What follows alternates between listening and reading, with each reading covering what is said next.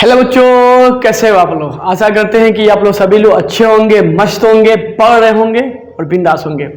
तो आज का हम लोग का टॉपिक है एपी में एन टर्म की वैल्यू कैसे A plus N minus one into D आती है। तो देखो यहां से मुझे क्या प्रूफ करना है जी, मुझे प्रूफ करना है टू प्रूफ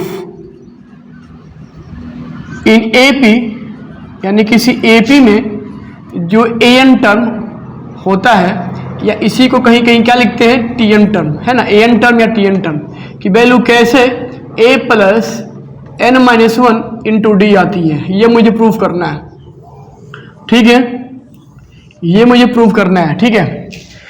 तो बच्चे आपको क्या पता है, अगर यहाँ प्रूफ करेंगे इसको तो क्या लिखेंगे यहाँ पे, आपको क्या पता है कि सिंस इन एपी, अगर एपी में ए हो और डी हो, अगर एपी में ए हो और डी हो, देखो बच्चे, तो यहां से मुझे जो एपी मिलता है, एपी वो क्या मिलता है जी, तो ए कामा ए प्लस डी कामा ए प्लस टू डी कामा ए प्लस थ्री डी एन सो मान, ये मिलता है ना।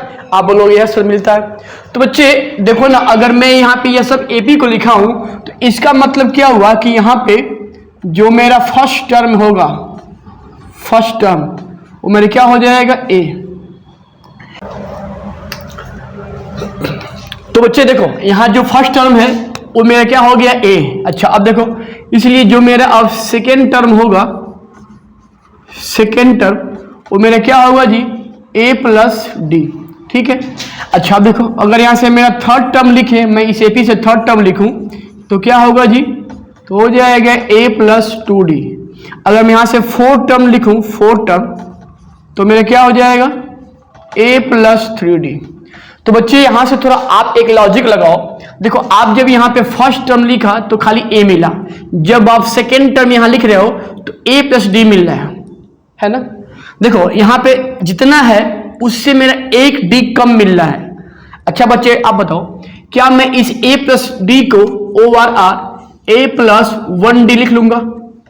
तो भाई आप बोलोगे यहाँ हाँ। अब देखो क्या मैं इस a प्लस वन डी को a प्लस, देखो यहाँ पे कितना था जी सेकेंड, तो क्या मैं इसको टू माइनस वन बताओ लिख लूंगा? तो आप बोलोगे हाँ, क्योंकि देखो ना, मैंने एक पैटर्न में यहाँ पे एक ऑब्जर्व कर रहा हूँ, मैं पैटर्न बना रहा हूँ, तो मैंने इसलिए मैं इस सेकेंड टर्म को a प्लस डी था, मैंने इसको a प्लस वन डी लिखा ओ आर आर, मैंने इसको a प्लस जितना था टर्म उससे एक कम, यानी two minus one into D लिखा, ठीक है बच्चे। अच्छा थोड़ा आप देखो, जो आपका ये थर्ड टर्म आ रहा है इसको मैंने क्या लिखा a प्लस टू डी, देखो ओ आर आर, देखो क्या मैं, देखो बच्चे ना, क्या मैं इसको a प्लस, देखो जितना है बोल रहा है उससे एक कम लिख सकता हूं? तो आप बोलोगे हाँ। अच्छा और देखो, तो यहाँ पे जो मेरा ये फोर्थ टर्म था मैंने क्या लिखा है a प्लस थ्री डी, तो क्या मैं इसको a plus four minus one into D बता लिख सकता हूं? तो आप बोलोगे हाँ।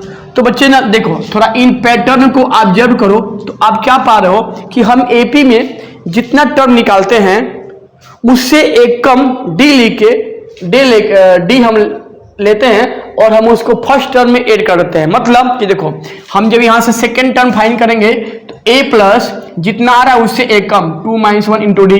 जब हम थर्ड टर्म फाइंड करेंगे तो a प्लस कितना है थर्ड ना, तो three minus one into D.